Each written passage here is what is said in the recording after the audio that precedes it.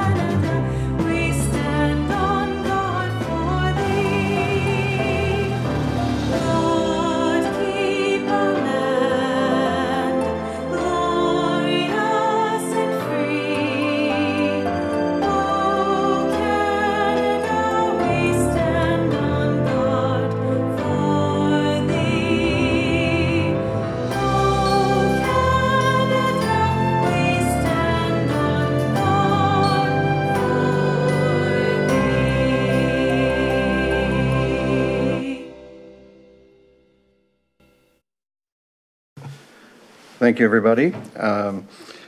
We now need to check for pecuniary interest declarations. Please raise your hand if you have one. Madam Clerk, I see no declarations of pecuniary interest.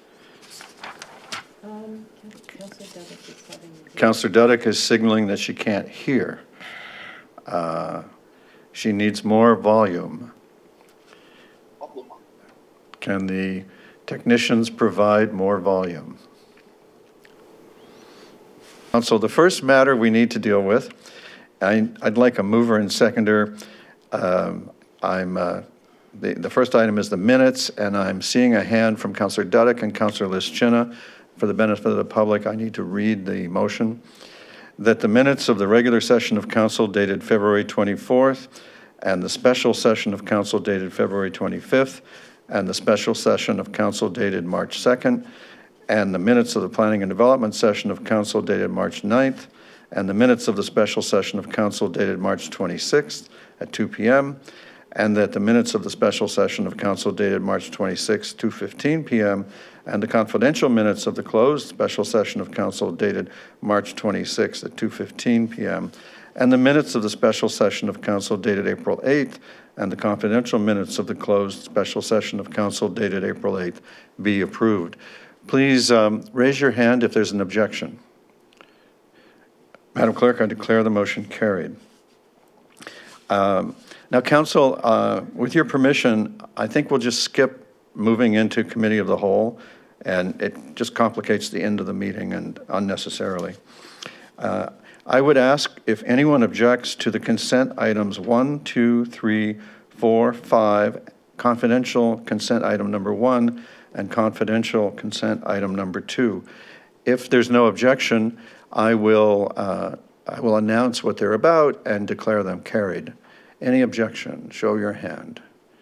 Madam Clerk, there is no objection. I declare that carried are the consent and confidential consent items, which I will name now. Number 1, the 2020 Halton Court Services Business Plan. Number 2, the Canada Day 2020 deferral. And number 3, the 2019 Statement of Remuneration and Expenses paid to members of Council and committees, which in any event is an item for receipt, a public item.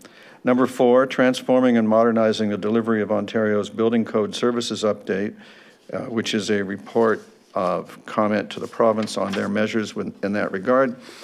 Number 5, bylaw 2020-46, a bylaw to amend the banking bylaw, and this changes some signatures which have been necessitated by staff changes. Confidential consent items are C1 and C2, the Oakville Hydro lease amendment, and the 548 Trafalgar Road recommendation. And with that, we will now, and that, they were moved by Councillor Duddick and Councillor Lischina, Madam Clerk. All right.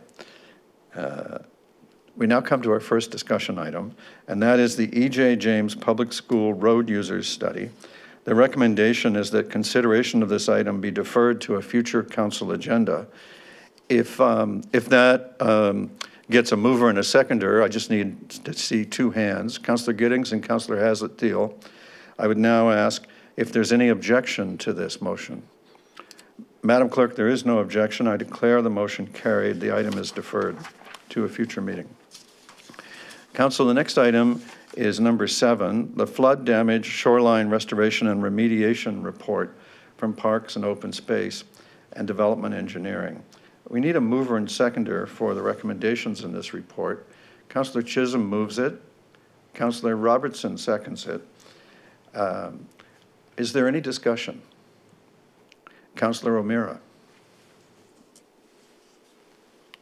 Thank you, Your Worship.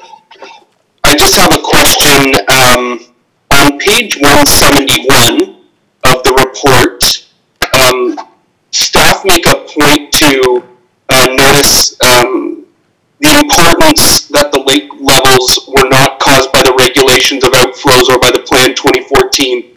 Staff say it's important to note the final statement, but then I don't really know why. So I'm wondering if staff might put a little more breadth into why it's important that we recognize that statement that the Lake Ontario St. Lawrence River Board stated. Are they drawing a link there, or do they want us to know something? What's the significance of letting us know that it's important to note that final statement? Thank you for the question. Mr. Mark will present himself at the microphone momentarily. He's just getting a paper. Thank you.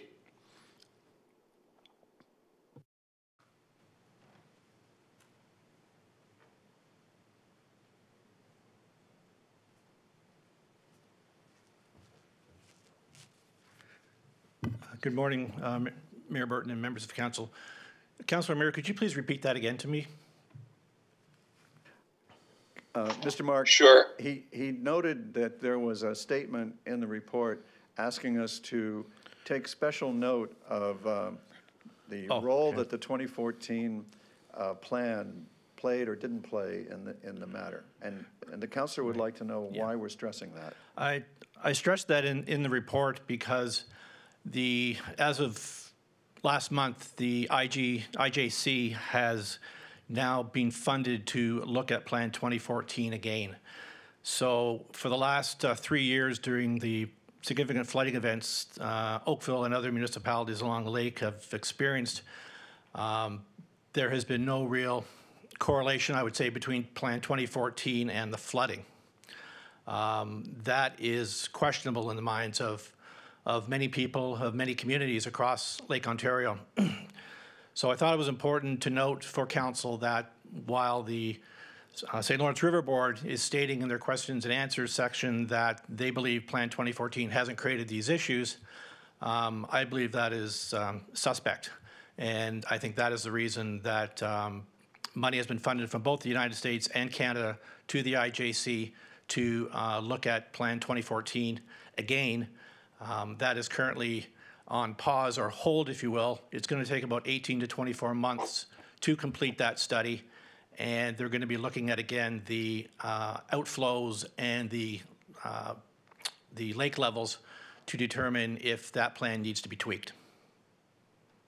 Okay, thank you for that. That's the piece I was looking for, because I'm with you, and I've heard from a lot of colleagues around the Great Lakes Basin that the timing of the 2014 plan actually came into effect and started in 2017 when we started to have the severe flooding. So I think there was a correlation there. I appreciate the clarification. And perhaps, Mr. Mark, while I have you there, just on the next page, on page 172, when we talk about the work in Gairloch Gardens, it says that it's been awarded to a reputable contractor. I'm wondering, if I unpack that, it would mean to me that perhaps we didn't have a reputable contractor before who was doing the work, or, I mean, that would just be a standard that we would only award to a reputable contractor. So can you just flush out why that was a part of the report there? I think the intonation there, Councillor O'Meara, was We have an excellent contractor on the job. We're getting an excellent result from the work. And the work is going along actually ahead of schedule. So I would bundle all that into being a reputable contractor, but I take your point that we certainly try and hire only reputable contractors. Yeah, thank you. It just, when I read a word like that in our report, it usually means something else to me. So I appreciate the clarification, and thank you, Your Worship. Thank you, Councillor O'Meara. Is there any other question? Is there any objection to the motion? Councillor Haslett-Deal, are you questioning or objecting? I have a question. Ask your question, please. So in terms of Gairloch, what I really loved about this report, beyond what Councillor O'Meara just raised, was that it uses the phrase build back better as a strategy we need to seriously be looking at. Is there a risk that what we're doing at Gairloch, there will be a risk, but how significant is the risk that what we're doing at Gairloch is going to crumble and have repeated issues based on the current design? Through you, Mayor Burton, we have built in the Build Back Better principle into the design and the work at Gairloch Gardens. Build Back Better principle is really a way of when an asset needs to be, when it's deteriorated and needs to be rebuilt, it's built back better for higher resiliency and greater longevity. So we have built that into the Gairloch wall, and we did that as well at the Oakville Powerboat Club and the seawalls that got rebuilt there. They did not overtop in the high water of 2019, so we actually used Build Back Better principle there as well, and it was quite successful. Chris, thanks very much for that, and thanks for all that you do to make us all better. All right, Madam Clerk, I declare the motion carried, and I'll read it for the public's benefit. What's been adopted is that the report from Parks and Open Space and Engineering be received, that staff undertake an assessment of vulnerable flood-prone public waterfront parks and harbors and provide a Build Back Better strategy with recommendations and options for Council's consideration, that no special permits, with the exception of the Terry Fox Run, be issued for Coronation Park, and picnic permits be issued no earlier than 45 days in advance in 2020, that $125,000 be approved from the General Working Capital Reserve Fund to undertake immediate priority shoreline repair at Coronation due to flood damage, that $150,000 be approved from the General Working Capital Reserve Fund for design and permit approvals for the following high-priority shoreline sites due to flood damage: South Shell Park Outfall, $25,000, Bronte Heritage Waterfront Park Vista Promenade, $90,000, Arkendo Park Shoreline, $35,000. That $35,000 from the Harbors Reserve be approved for the design and approvals for the repair of the Busby Park Seawall Public Launch Ramp due to flood damage, and that if the tender results of the Water's Edge Vista Promenade Shoreline Restoration Project exceed the approved capital budget, Council approve the transfer of funds from accounts 522-11-824 and or 522-11603 Gairloch Gardens Seawall to fund the project. So, Council, the next item before us is the Oakville Enterprises Corporation update, and I need a mover and seconder that we defer that report to the May 25th Council meeting. Councillor Knoll and Councillor Elger, thank you. Is there any objection to the deferral? Madam Clerk, there's no objection. I declare the motion carried. Council, the next item is number 9, the new proposed Town of Oakville procedure bylaw. That is in your report from the Clerk's Department and the memo from the Clerk's Department. The recommendation has been revised as follows: that the bylaw 2020-11, the Town of Oakville procedure bylaw, be passed as revised to include the amendments made by bylaw 2020-49, a bylaw to amend bylaw 2019-24, allowing members of council to participate electronically in open and closed meetings during emergencies, including all necessary numbering changes. That would be the deviation from what you had. And 2, that bylaw 2020-11 repeal the former procedure bylaw 2019-24. May I have a mover and seconder by a show of hands? Councillor Pavan Palmer and Councillor Jeff Knoll. Any objection to the report or the motion? Councillor Adams, do you have a question or an objection? I'm going to vote against the motion. I don't support the changes to remove the standing committees. Although I support many of the other items that are in it, those particular items I didn't support originally, and I still don't. Well, thank you for your consistency. Councillor O'Meara, do you have a question? I do. I would just like to state my objection to changing of section 14.4 to move past the hour of 10:30.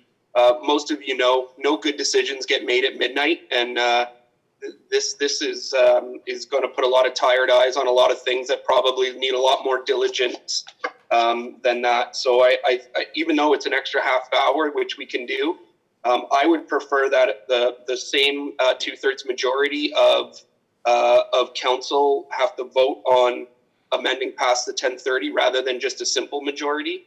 I just see agendas are going to be longer and people are going to be tired, and you don't make good decisions when everybody's tired. So I would be objecting to that change specifically. So yeah, I'll just leave that there. Thank you. Councillor Haslett, Theo? My question is, on the addendums, they've proposed 48 hours, and I'm just concerned that it might be too tight a time frame. That is it possible to, when my council colleagues support 72 hours, which gives the public a little bit more time to consider sometimes the fullness of what's in those addendums. And I actually agree with Councillor O'Meara on the 2/3. Probably very aptly stated that sometimes tired minds may not do their best work. Thank you for those comments. Councillor Chisholm?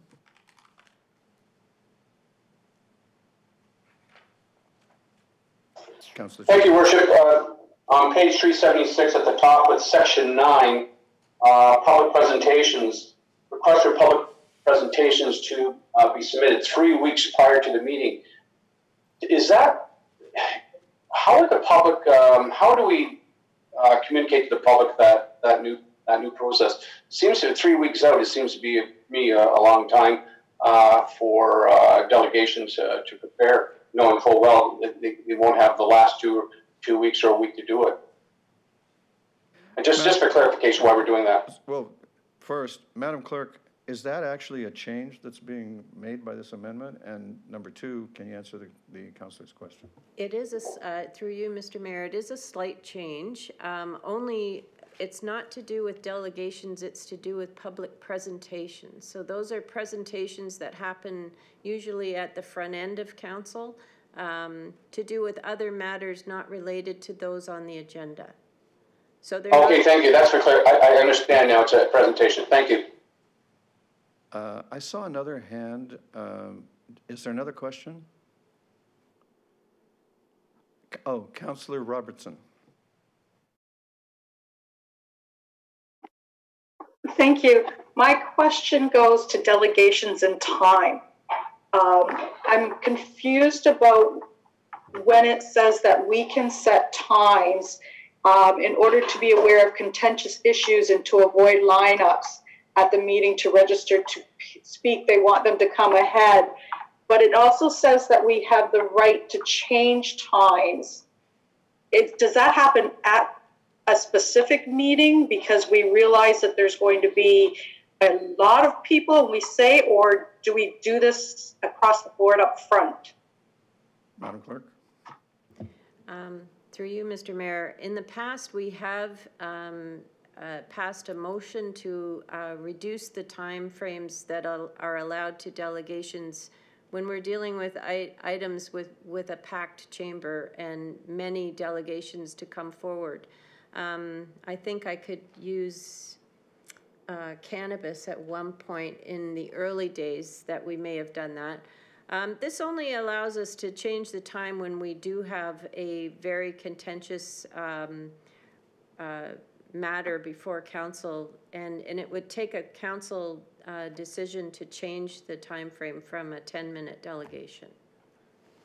My follow-up then is, when people come with PowerPoints prepared and they've planned for 10 minutes, do we cut them off when we notice that there's going to be a lot, especially when they don't have to pre-register? I would say that would be a council decision at the time.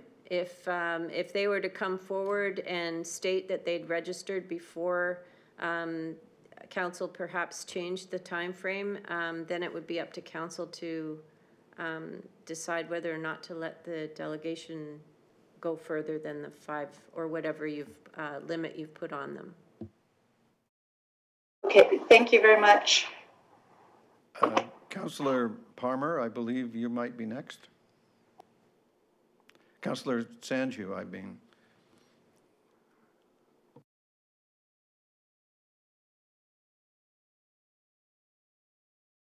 Hello?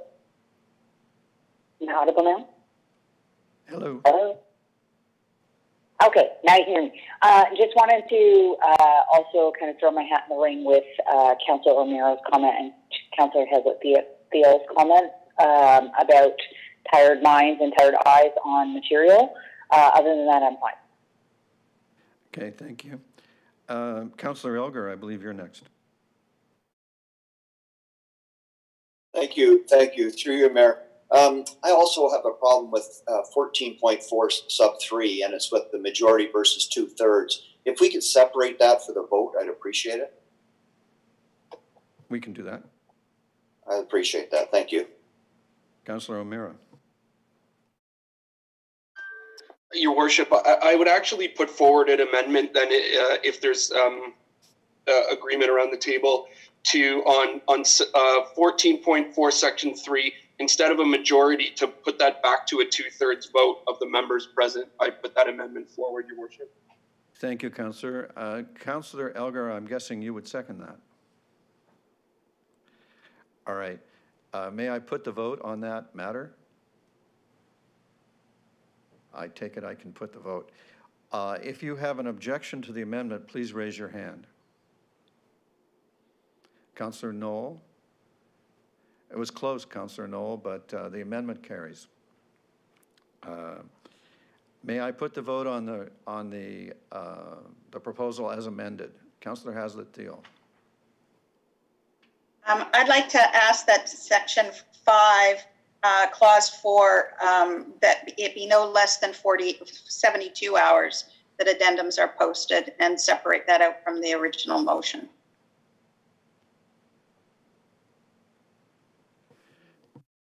The clerk might have a comment for you on that.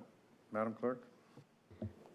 Through you, Mr. Mayor, when we put out the addendums, normally they do go out on the Thursday night prior to the Monday meeting when we're under normal circumstances, which is definitely more than 48 hours anyways.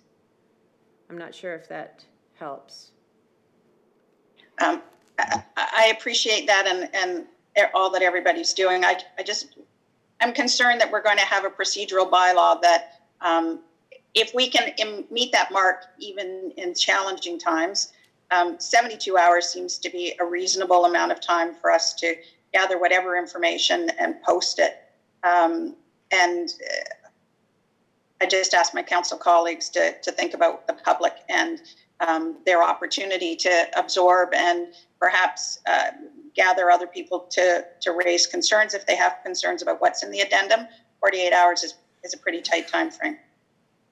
Councillor, would you like the matter voted separately, or would you like to move an amendment? If we could vote it separately, that would be great. Thank you. Well then, are there any other questions? All right, I will put the vote on section 5 now. If you object to section 5, please raise your hand. You don't need it. Oh.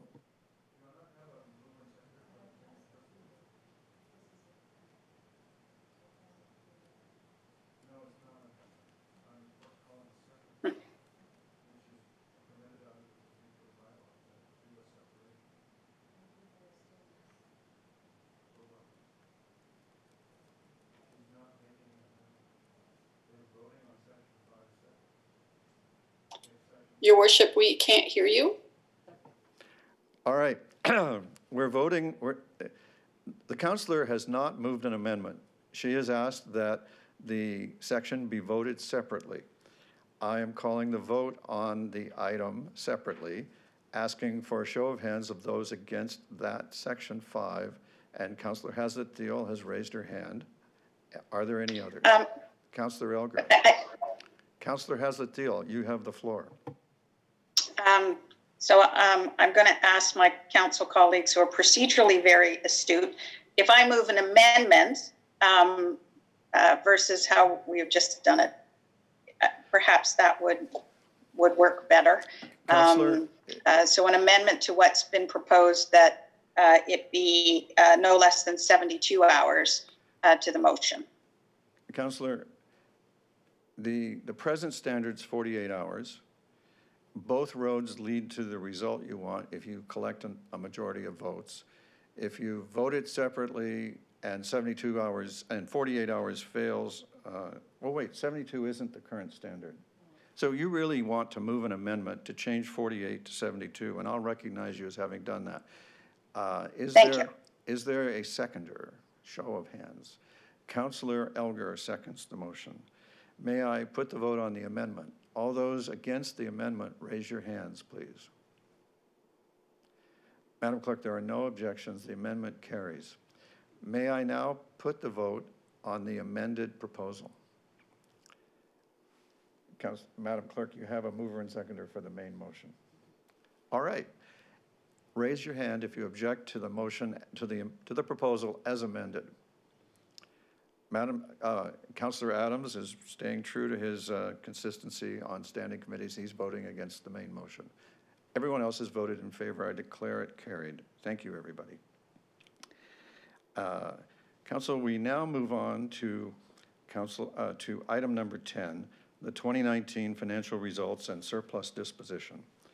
This is the report from the Finance Department and the memo from the Acting Commissioner of Corporate Services and Treasurer.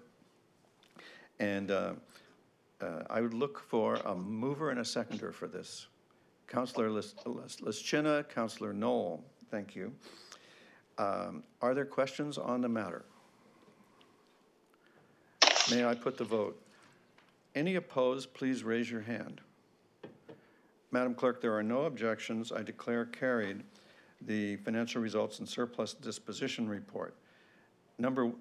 This report, the motion just passed, receives the report and approves the transfers to and from the reserves and reserve funds and transactions contained in the public report, and includes that 1.68 million in interest earnings and utility savings be transferred to the general capital reserve, and that 1 million be transferred to the post-employment liability reserve, and that the remaining surplus of 4.48 million be used to fund revenue shortfalls in the 2020 budget as a result of the pandemic. Thank you, everybody. Item number 11 now, the Bill 108, More Homes, More Choice Act update, which was moved from the March 23rd council meeting, is a report from the Finance Department. May I have a mover and seconder for this? Councillor Dudek and Councillor Knoll, thank you. Are there questions on this matter? Mr. Mayor? Mr. Mayor, sorry, I don't have a question on this, but I need to raise a point of order. I didn't have audio at the beginning of the meeting, and I have a question on one of the consent items. Which item do you have a question on? Number 4, the transformation and modernizing of the Ontario Building Code. Well, I don't think this is a, I'll just ask you to leave that to the end of the meeting. It's not really a point of order. Absolutely. Thank you. No problem. So, thank you. But we will come back.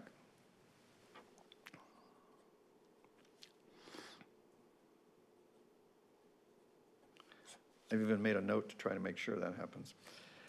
All right, we have a mover and seconder for Bill 108. Madam Clerk? Did you get it? Yes. Yes, good. All right, we're now at questions on the item number 11. Are there any questions on item 11? All right. May I call the vote? Any opposed to this report, please raise your hand. Madam Clerk, there are no objections. I declare it carried. For the public, the motion is to receive the report that the use of the prime lending rate of the town's financial institution as the interest rate for the development charge rate freeze and deferrals as permitted in the Development Charges Act be approved, that staff be delegated authority to enter into agreements confirming terms of payment or advancing the timing of payments under Section 27 of the Development Charges Act for developments subject to development charge deferrals to the satisfaction of the treasurer and the solicitor, that staff be authorized to make submission to the province in response to this and any other proposals related to Bill 108, should the province's comment deadline preclude a prior report to council, that the comments within the report titled Bill 108, More Homes, More Choice Act Update, dated March 18th, related to the proposed regulatory matters pertaining to the Community Benefits Charge Authority, be endorsed as the Town of Oakville's response to the Environmental Registry of Ontario proposal number 19-1406 and submitted to the Ministry of Municipal Affairs and Housing prior to the March 30th, 2020 commenting deadline.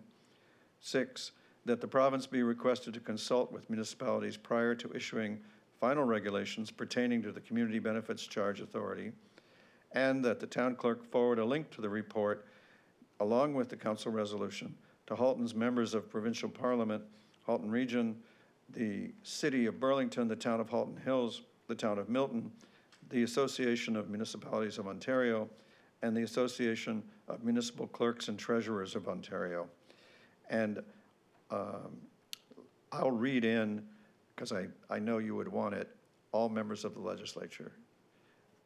And with that, Madam Clerk and Council, we turn now to item number 12. The leases and licenses in open town facilities rent during COVID-19 pandemic.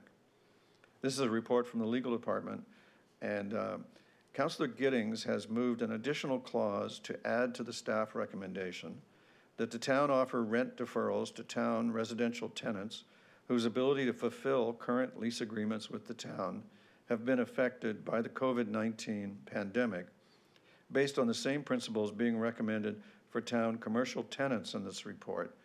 And I believe that Councillor Hazlitt-Thiel would gladly second that, and she has. So now I need a mover and seconder, or no, now I would like to get a mover and seconder for the main motion so we can amend it. So Councillor Knoll and Councillor Grant are moving the main motion, Madam Clerk. And I will now call the vote on the Giddings-Hazlitt-Thiel amendment.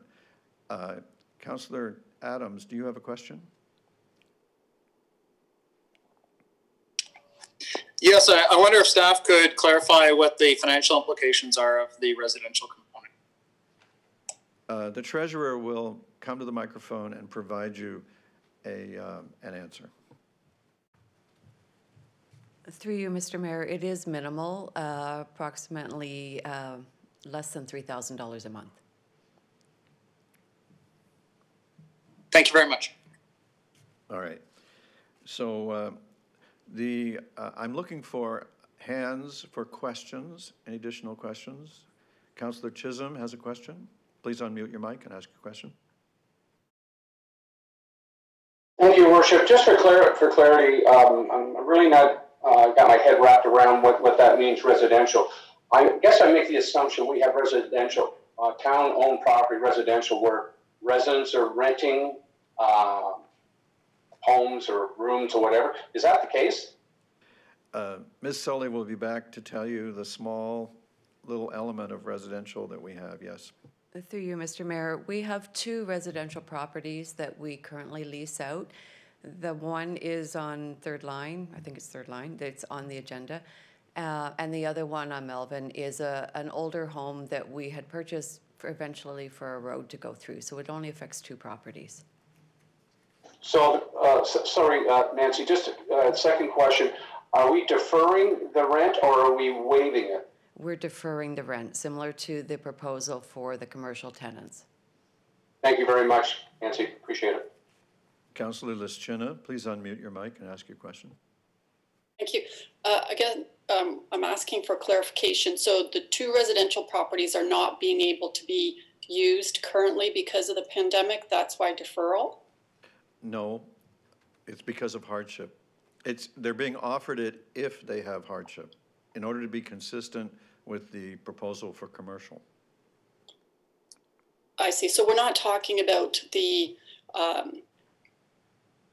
rental of our facilities that cannot be used because they're non-essential services. No, ma'am, we're not. So that's not the same thing. Okay, thank you. Any other questions? Please show your hands if you're opposed to the measure. Madam Clerk, there are no objections. I declare the amendment carried. Now I'd like to call for questions on the main motion, but I think Councillor Lischina may have just covered that off. Councillor Romero, do you have a question? Unmute yourself and ask.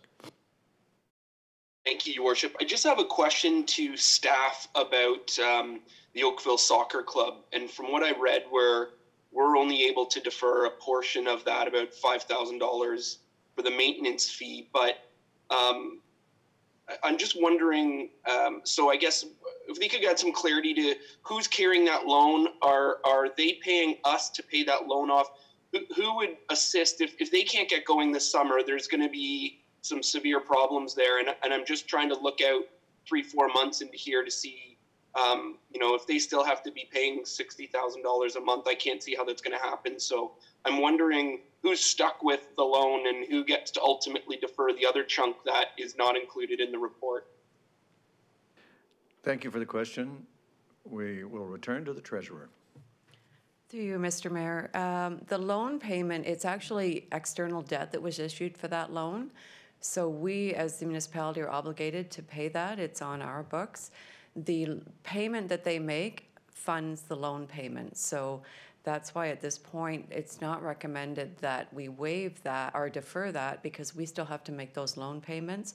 If we were to defer it, and speaking with legal, we would have to extend the loan, extend the amortization period, and we would have to cash flow that. So we're in an environment where all banks are working with their property owners to adjust in deferral rates and to maybe back end some of the loans to the end of the amortization time period. I guess, who is it that's loaned us the money? And if the soccer club comes to us, is the town left having to hold this bank, or can we bridge a conversation between the soccer club and who our debt masters are to see how we can help the soccer club if it comes to that? Through you, Mr. Mayor, the region issued external debt, so they took it to market along with all the other debt that was issued that year. So it's not a bank or anything that we could go to and negotiate that. We pay those debt charges to the region, and then the region makes the payments. So there isn't a bank or anything that we could actually go to. Okay, so then I'm to understand that any other debtor that the region has issued debt to is all going to have to pay this no matter what happens to our economy moving forward, because whoever's got that private debt that signed on there, I mean, who are they? If they're not a bank, they're people that just, I want my money and I want it now and I don't care what's happening in this world. How do we have conversations with people about this? Is there any extenuating circumstances that the region can take on the debtor's behalf? Councillor, they're debentures. You think of them as bonds. And no, there isn't that freedom.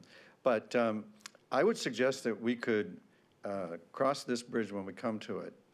Our perception is that we don't have, you're anticipating a summer problem we haven't acquired yet. So why don't we wait and see? Okay, I just wanted to raise it as a point in here. I worry about them, but I appreciate the comments, Your Worship. Thank you. We all worry about them, and thank you very much for that. All right, I will ask for hands in objection to the main motion. Madam Clerk, there are none. I declare the motion carried, and this is the report number 12 on the public agenda, and the report is received. The town is offering rent deferrals to town commercial tenants who lease space in open town facilities and the tenant's operations are restricted because of the Ministry of Health's closure of non-essential services due to the COVID-19 pandemic, based on the principles set out in the report. And the town solicitor or his delegate is authorized to take such steps and execute such documents as are required to effect the recommendations in this report. Council, the next item is item number 13, which I'm going to move to the end of the agenda because it contains a confidential session.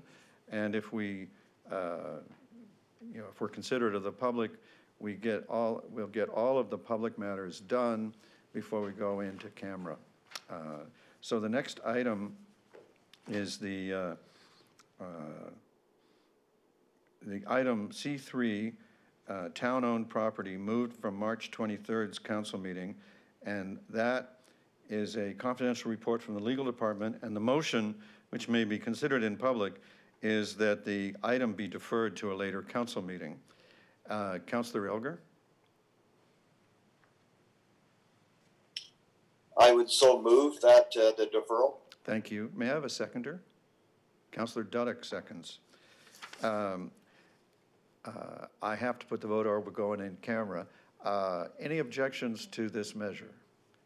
Madam Clerk, there are none. I declare it carried. Item C4 is the same type of matter. It's a confidential item moved from the March 23rd council meeting. And the motion, and I'll need a mover and seconder for it, is that it be deferred to a later council meeting. May I have a mover and seconder? Councillor Elgar and Councillor Robertson. I will put the vote. Any objections to the deferral? Madam Clerk, there are none. The matter is deferred. And then Council C5, confidential report from Parks and Open Space, is the Harbor's RFI, and the recommendation in the confidential report from the Parks and Open Space Department needs to be approved. I believe you can do that in public. I don't believe there's any need to go into camera to consider this. And if I'm right, I'll ask for a mover and a seconder. Councillor O'Meara moves it. Councillor Giddings seconds it. Please raise your hands if you object to the measure. Madam Clerk, there are no objections and the matter is approved. Thank you, Council. I now call your attention to item 14, the Accessibility Advisory Committee, and the motion we need and with a second is that the minutes of the meeting of the Accessibility Advisory Committee on March 12th be received. May I have a mover and seconder? Councillor Lischina and Councillor Robertson. Any objection? Madam Clerk, there is none. The matter is approved. Item 15, Council, was moved from the March 23rd Council meeting, and it was not previously listed on the April 23rd agenda. It's a report from the Engineering and Construction Department and a memo from the Director of Engineering and Construction. And it's on pages my pages 17 to 48 and 49 to 50, and I hope those are the same for you. This is that the update regarding the Lakeshore Road Reconstruction and Streetscape Project be received, and that the window sign application fees be waived in the downtown BIA area until the end of the year. May I have a mover and a seconder for this report? Councillor Hazlitt-Thiel moves it. Councillor Giddings seconds. Are there questions? If you object to the report, please raise your hand. Madam Clerk, there are no objections. The report is adopted. All right, Council, the next item is the new business item, a notice of motion. And in accordance, I would ask you, I'm going to need a mover and seconder to waive the procedure bylaw to consider this matter if you're agreeable to consider it and waive the notice of that's otherwise required. And Councillor Chisholm, are you moving waiver? Thank you. Is there a seconder? Councillor Dudek is seconding. All right. I will put the motion of waiver. Any objection to waiving the procedure bylaw? Raise your hand. Madam Clerk, there are no objections. The waiver is carried. All right, Council, we need a mover and seconder for this this proposed motion, which is a declaration to urge the Government of Canada to provide urgent funding to assure the viability of public transit during the COVID-19 pandemic and to aid transit operators in rebuilding ridership. Who would be a mover of this? Councillor Grant, thank you. Who would be a seconder? Councillor Knoll, thank you. Whereas the situation of an unprecedented drop in public transit ridership provoked by the COVID-19 outbreak, accompanied by massive revenue losses, is affecting public transit agencies right across Canada, putting in jeopardy their financial viability and future ability to operate.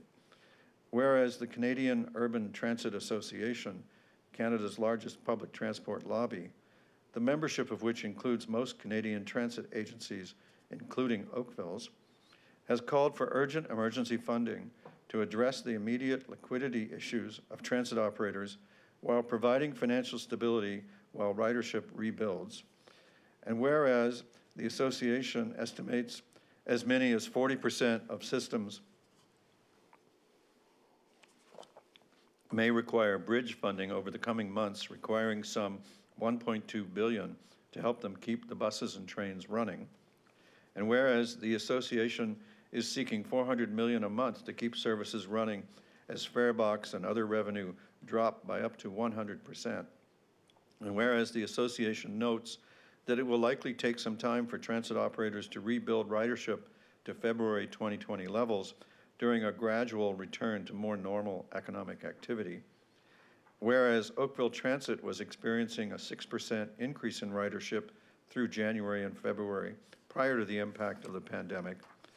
Whereas Oakville Transit is losing an average of $762,000 in farebox revenue every month as a direct result of the pandemic.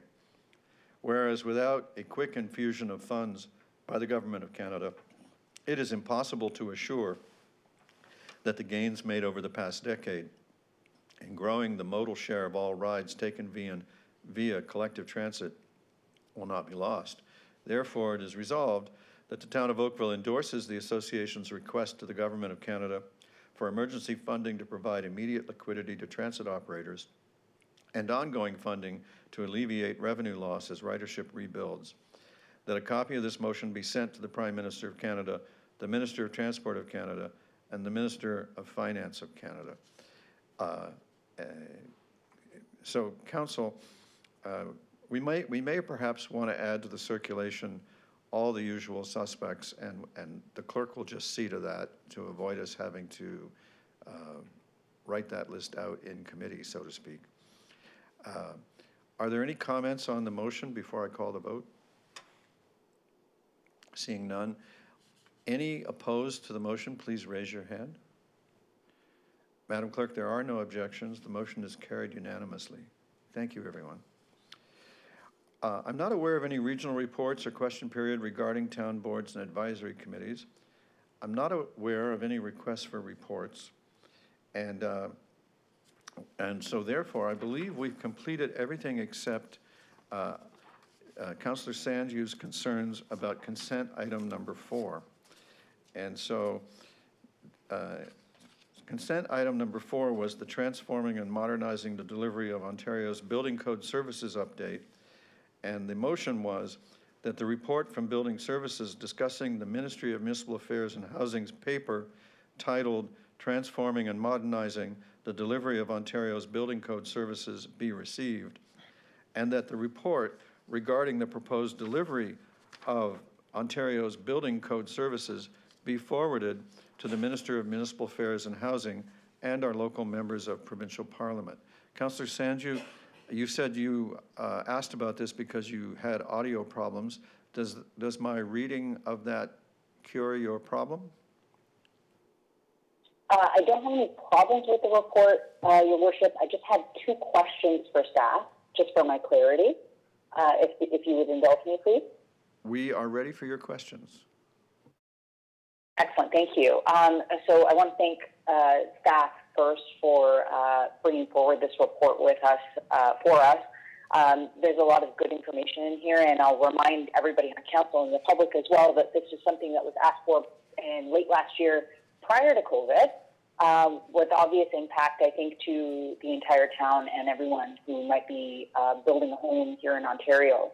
My concern is basically twofold. One, I'm reading through the report and having read through the appendices as well. My concern is, I think, the same as staff, but I wanted some clarity. When we're looking at the additional review of how the building services workers are working, but does this not also address the administrative or the authoritative model of carry-on as well? Are we seeing that lacking in the report? Am I right on that? Councillor, you're asking for any link between this and carry-on? I'm asking whether staff also found the glaring difference or the glaring lack of the information from the province.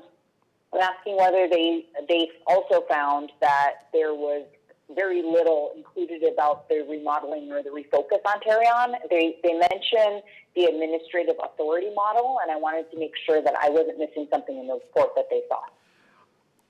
All right. Mr. Barry, do you understand the question? I think so, Mr. Mayor. Okay. Through you, Mr. Mayor. I believe the system they were looking, or they're considering building, is similar to the carry-on system.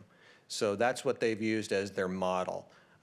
They're not suggesting that they're going to change the carry-on system, at least not through this process.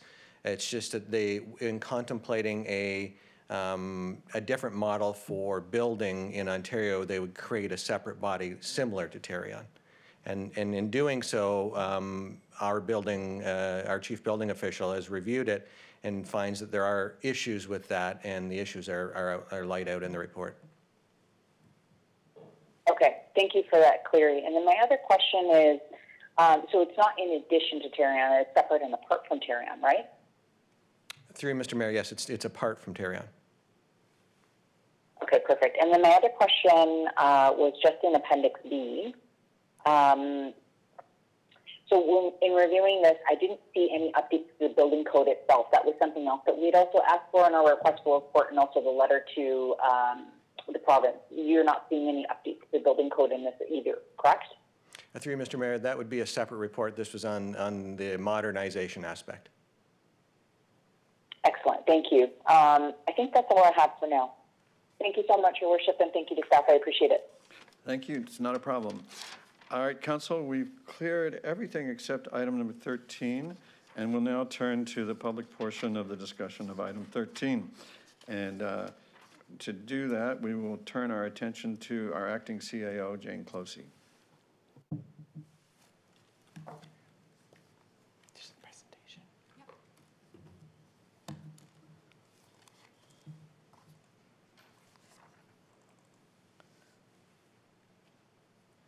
Just getting a minute to have the presentation come up.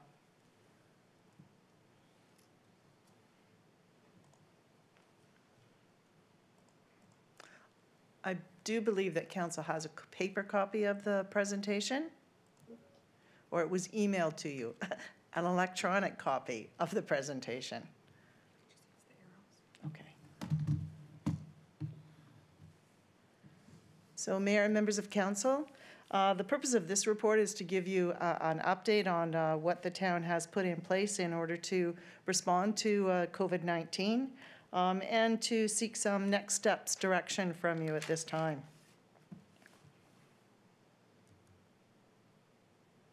So just to reiterate, our role really has been to implement the advice and direction from the health authorities.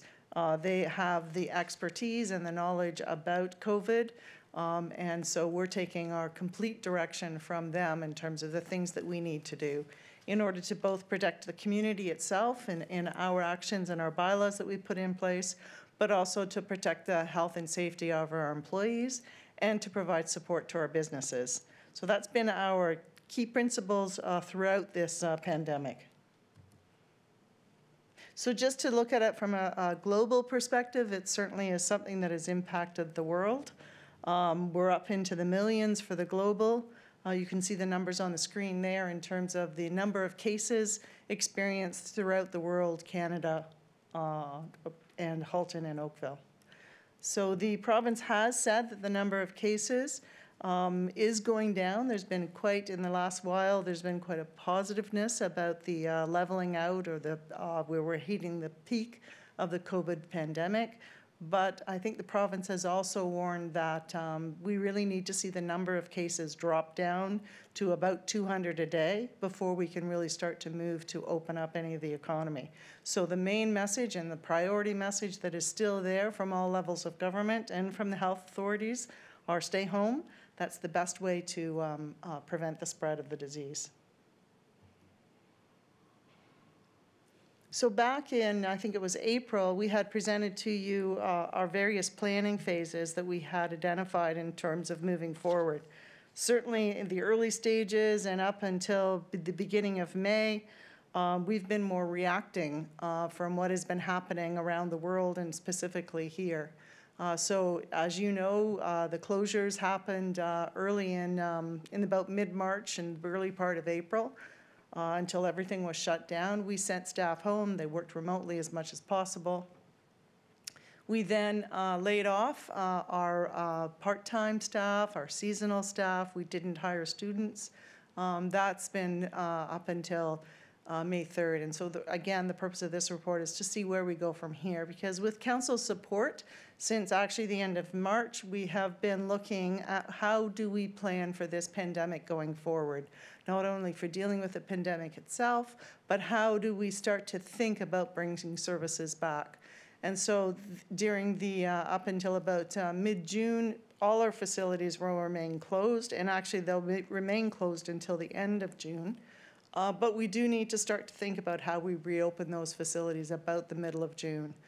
And that will then occur over those 2 weeks so that we're up and running again by July, the beginning of July. But we have looked at our recovery right to the end of the year so we can anticipate what may be the issues over that time period.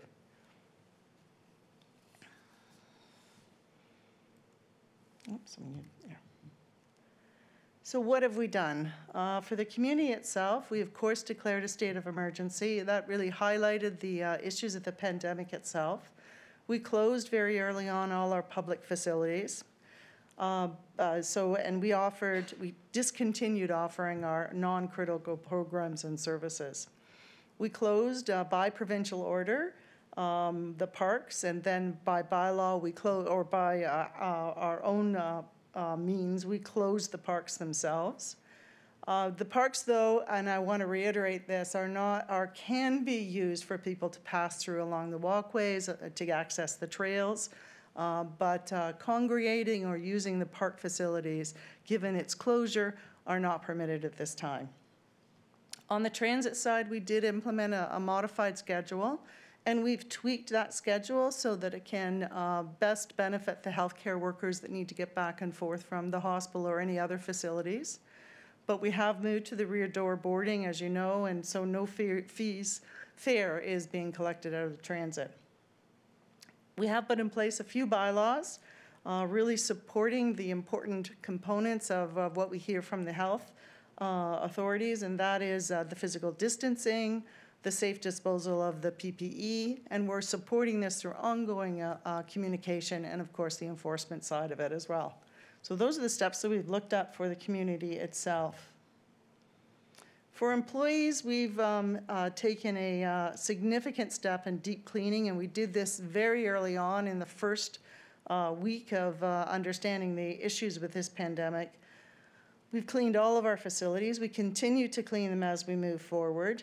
The critical service employees are working on critical work. We've sent them home as much as possible. And with the ones that do have to come into work or come into the offices throughout the town, we are putting them through a daily screening so that we can make sure that all of everyone else within that space is safe as well. And of course, the physical distancing would apply. We've put in place for our key services the use of protective equipment. And of course, we're following all the self-isolation protocols if anyone has been in contact with COVID-19 for our staff ourselves. So we're carrying through with all of those things. And of course, it is an impact on staff. We are making the Employee Assistance Program available. we have actually extended that program into our part-time and contract staff that were recently impacted by our decisions to lay off. So from the taxpayer's perspective, in terms of financial support, the federal and provincial government have put out, as you've seen, I think almost on a daily basis, numerous financial support programs for individuals. The latest one I think we heard about was for students, for families, and for businesses. And that's been the focus of the programs that they have been putting out. The mayor has actually 2 task forces. I think a third one has been recently formed as well to look at recovery. And it is around the business side of it to see how we can better support our local businesses in terms of them moving forward in a successful way through the pandemic. We have implemented free parking, and we, of course, as I had said before, we don't have a transit fee. We've also deferred penalties from the April 24th tax due date. We have anyone who prepays through their bank. So we have got an understanding of the implications to the town of that, and there's been about $5 million of deferred payments that the town has not received. But of course, April 24th is the deadline for the tax payment, and so we will be reporting back to council in May when we can better understand what was the full impact of the April 24th date. We'll also be looking at other opportunities to defer penalties to a number of months, actually to the end of the year. So that report will be coming back in May for council's consideration. So in terms of the town itself, our financial impacts, we collect about $74 million a year in fees and charges. It's about 21% of the overall funding of our operation. About 60% of the funding is actually coming from the taxpayer. So the balance of the funding comes through our investments and other ways in which we earn money. So the fees is a significant piece of our revenue coming into the town. So we have estimated our revenue losses, just specifically in March and April, it was about $8 million. And you can see the breakdown on the chart there of the various areas where we do charge revenue and what we have lost in each one of those areas in the time frame from March to April. We have estimated looking and projecting forward what we anticipate we'll be losing in revenue, and that both anticipates the closure of the facilities, but also likelihood that people are not going to return to the facilities in the same way that they've used them in the past. So we've estimated about a $19 million loss in revenues until the end of the year.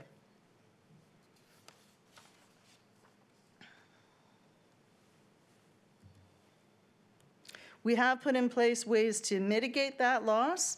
As I had said before, we had layoffs of our part-time staff, contract, seasonal, and we deferred hiring any students this year until we understand when we can better get back into business. When you think of that in terms of the magnitude, though that group of employees represent, in terms of people, about 50% of our workforce that is here to provide services to the town. So it is a significant impact on our ability to deliver services. We've put in place expenditure controls. The report you approved today took the surpluses that we had in 2019 and allowed us to be able to use those to offset these expenses. We have reserves, and I'll give the Building Services Reserve or Enterprise Fund as a specific reserve that we are using those to the extent possible to offset fees in those areas. We've looked at tax stabilization and using, I believe it's about $6 million out of tax stabilization in order to offset the reduction in revenue that we would expect throughout the balance of the year. And of course, we're partnering with the national, provincial, or regional organizations that are looking at getting support from the federal and provincial governments.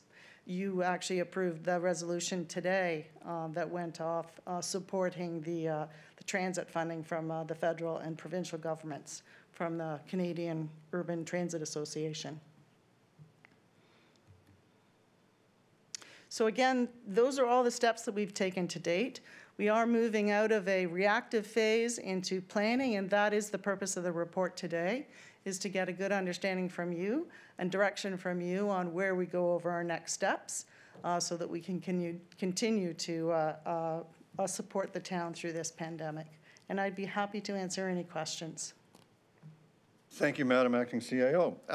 I wonder if, from a technical point of view, if I can see the gallery view of council instead of the question slide. Thank you very much. First question is from Councillor Giddings. Councillor Giddings, please unmute yourself and ask your question. Thank you, Mr. Mayor, and thank you for the presentation, Jane. Couple of questions. I agree with your point. The people that are coming back to use our facilities, we have no way to quantify that, whether people are going to be going to the community centers, the senior centers, whatever. In combination with that, it's important to bring our facilities back and offer them to our taxpayers as quickly as possible.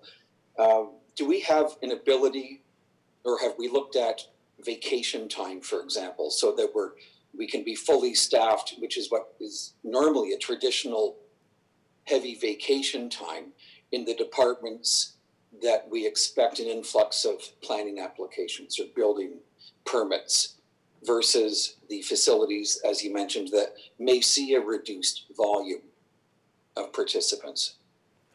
So in terms of vacation, we've been 6 weeks, actually, it's hard to believe, 6 weeks into this pandemic already.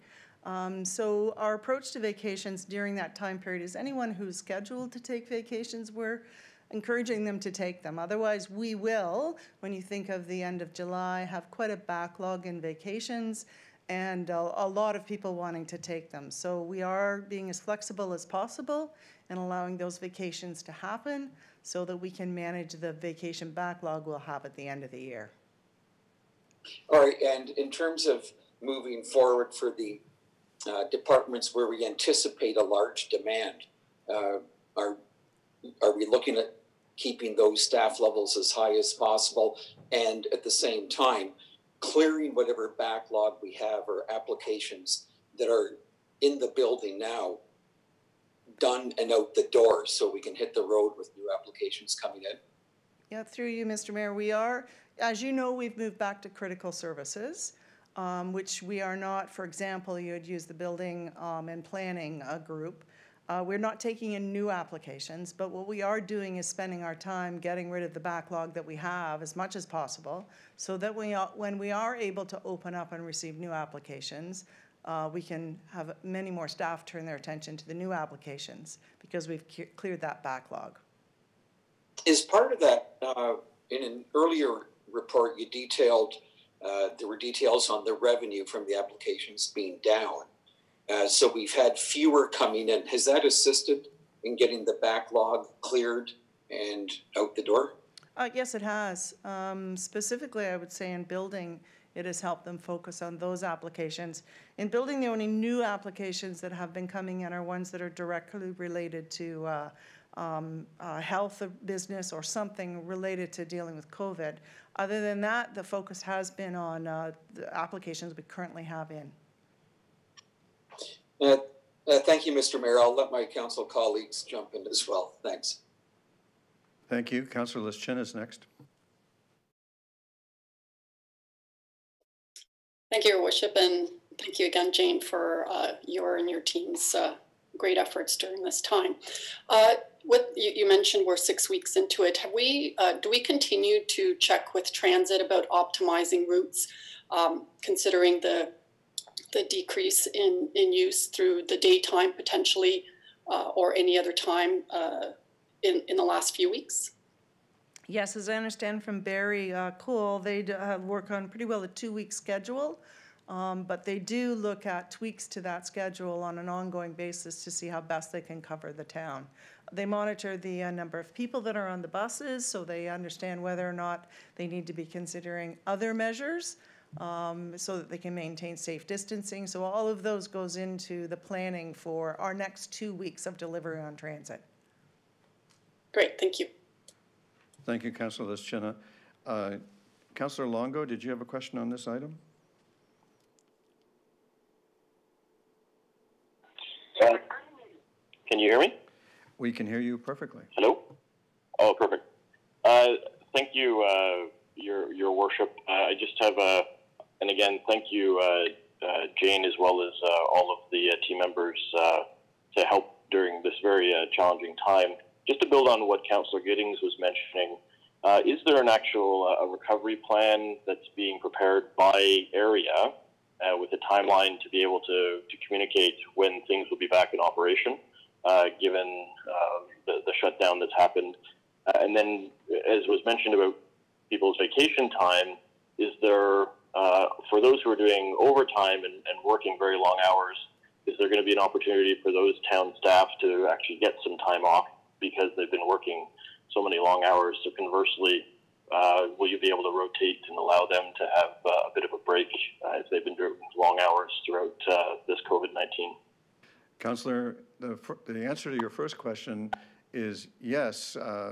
The Mayor's Recovery Committee is working on the restoration of municipal services, including these really important matters you've mentioned. And the acting CIO will answer your other question. So in terms of redundancy, we have built redundancy into staff, one because of vacations, time off, those types of things, but also in case any of our staff are sick during this time period, then we have built enough redundancy in to be able to deal with that aspect of it. Okay, thank you. The next indication of questions I have is from Councillor Sanju. Councillor Sanju, unmute your mic and ask your questions. Thank you, Mayor Burton. Just a quick question, CEO Closey, piggybacking off of Councillor Giddings again. You mentioned no new applications coming in from a building perspective. However, the ones that we currently have in the pipeline or in the hopper right now, are we all continuing building inspections as well? Sorry, I didn't hear the last part of that question. Inspections. Are inspections continuing or are they suspended? No, inspections have continued. The only area that we have not been able to do inspections is in an occupied home. So if a home is currently occupied, we have not been carrying on with inspections in that area. But other than that, inspections have been proceeding. My assumption is because that's purely from the staff safety perspective. That's correct. Okay, perfect. Thank you so much. Thank you, Councillor. Councillor O'Meara, you're next by my list. Thank you, Worship. Thank you, Jane. Where are we on accepting electronic applications for building permits? We've been working away in the last short, well, of course, you know we've had a plan for quite some time trying to move to that service. This has certainly expedited our work around that. And I think we're not very far away at all of having an online solution. And when I say it's a matter of days and weeks. So a week or two, we could actually have an online system. It's not going to be as Cadillac as we would have liked it, but it will do the job of getting applications in. Okay, so the concerns we might be hearing from residents about permits and applications, we can tell them just sit tight. We're not locking the doors for months, but just a few more days or weeks, and hopefully we'll reveal something. Is that the message then? It is the message, and that's part of the next steps discussions that we're looking for Council's direction on today.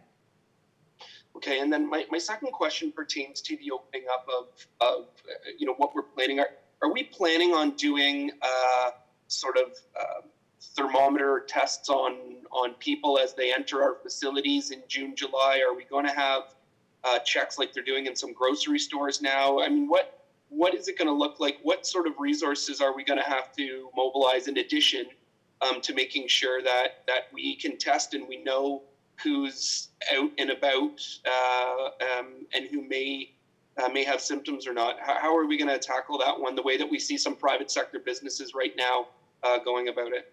So we'll have to complete our plan. I would resist answering the question until the plan is ready, but certainly that's one of the things that we have to consider. Yes, through you, Mr. Mayor. Wait, then that's the answer to that question. I was just going to say exactly that. That is the plan that we need to work and put together. We do have protocols in place right now in some of our facilities for taking temperatures and those types of things. But that is the plan that we need to look at in terms of how do we bring back facilities safely, and what are the measures to put in place? And we don't have those for you today. Okay, and I apologize. Just we are in closed session right now, are we? No, okay. I'll ask a question later then. Thank you. All right. I don't see any other hands. Yes, I do, all of a sudden. I see Councillor Chisholm, and then I see Councillor Haslett-Deal. Councillor Chisholm, you have the floor. Thank you, Worship. I guess my hand wasn't up high enough with everything going on. The question is along Councillor Giddings' issue or concern with respect to building permits and so forth. And I guess that's my concern too. You made the comment, Jane, that we're not accepting them. The question, I guess, is to be asked is that if we're clearing out the backlog, which I have the feeling that we're on a positive note on that one, why not consider starting accepting applications? Maybe I might be naive in that, but accepting them, but putting them on a hold until and advising the developers, contracts, whoever it may be, that yes, we've got it, but we're putting it on hold. Councillor, what we're saying is we're at most a couple of weeks away from accepting applications electronically, which would achieve the goal of keeping people safe and getting business resumed. So that's the answer. Yeah, but my concern is this, Your Worship. It seems the technology is coming out, and it's the driving force now to accept building whatever applications. I just don't want to be concerned, or residents calling and say, well, yeah, you have the new system on, but it's still backlogged. So I just wanted to make sure that once we put this technology in place, which is only 2 weeks or 3 weeks away, that people understand, or that the residents understand it's not going to be as quick as they think it's going to be. Everybody shares your concern. The path the path I believe we all want to be on is a restoration of full service using appropriate technology, virtual technology, whatever we're calling it, everywhere we can in order to keep everybody safe. And so restoration of services in new forms, I guess you could say, is the watchword that's guiding us here. We know that our residents want us to continue to serve them. So what we're saying, we're still building the playbook. We're moving quickly. In less than 2 weeks, you're going to see action on that front. I look forward to it. Thank you, Your Worship. You're welcome. Councillor Haslett-Deal, unmute yourself, and you are unmuted. Councillor Haslett-Deal, your question. Through you, Your Worship. Jane, can you put a little bit more clarity for us on the work that has happened over the last 6 weeks? You've talked about that in planning in particular. You've talked about the applications that were already in the door by a certain date. But have staff been redeployed within planning to literally clear the desks so that when we are in a position to accept those accept online applications, we don't have a backlog? Like, can you say definitively the backlog has been resolved as a result of 6 weeks of people being not at town hall? Through you, Mr. Mayor, no, I can't say in planning in particular the backlog's been resolved. One of the major concerns is how do we bring the public in? As you know, applications come in, they're circulated around. There is then a whole public engagement component to it before we bring anything back to make decisions. So some applications are held in abeyance if they're in the middle of that consultation period, because we just don't have the ability to be able to do that now. We are looking at ways to do that, but that's a much more comprehensive, I think, solution, and probably needs more of a dialogue with the public in order to even come up to a solution on that side of it. So those applications may not be moving as quickly forward. Applications that are past the public consultation stage, we can continue to process and move them along. So all staff in planning are continuing with their work. They've been working at home. There's been lots of Zoom calls for coordination, because there's a fair amount of coordination, not just within planning, but within all other departments within the town. So all of that work has been proceeding along. I would be more confident in saying to you that in building, there has been, I think, because it is a discretionary or a non-discretionary process, they have to meet building code requirements. There isn't the same public dialogue that needs to happen in those processes. I think they've been more successful in getting the backlog cleared off. So they're in a better position to take applications when they come in.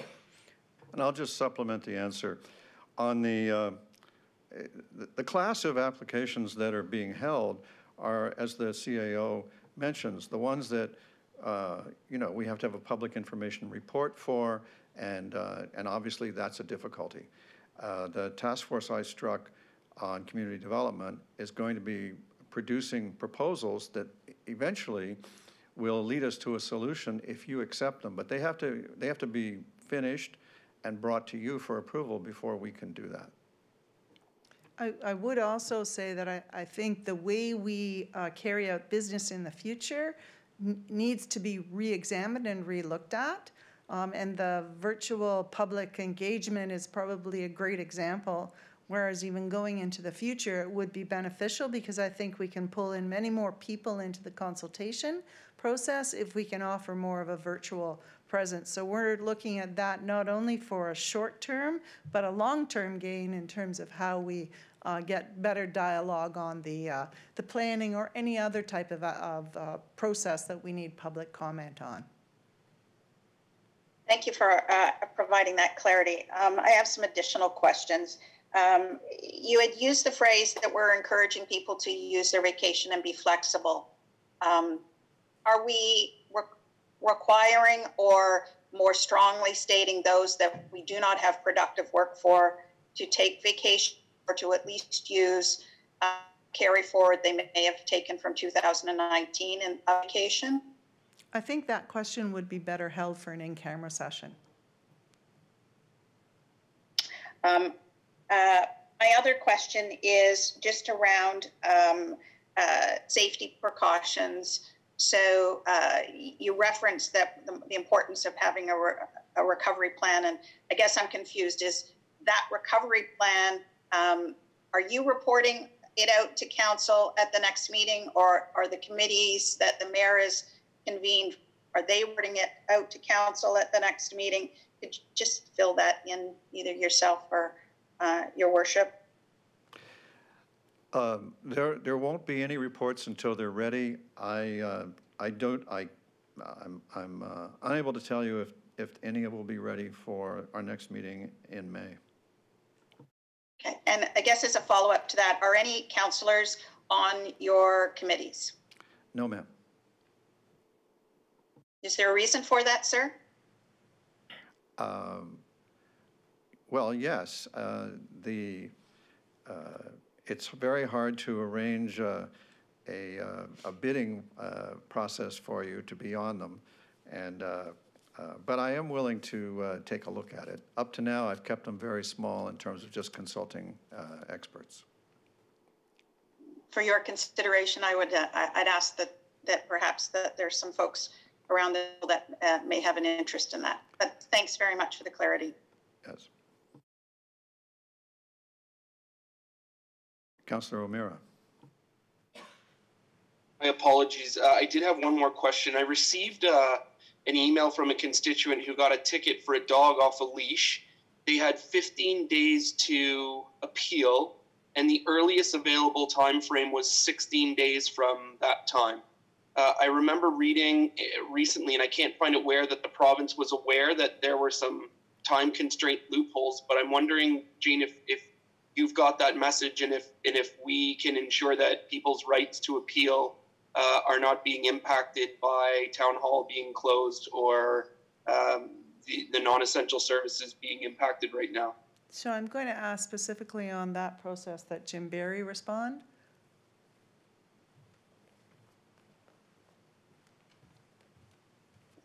Through you, Mr. Mayor, without knowing exactly what the ticket was for, I assume it was an administrative penalty that was issued, and that process continues. It continues virtually.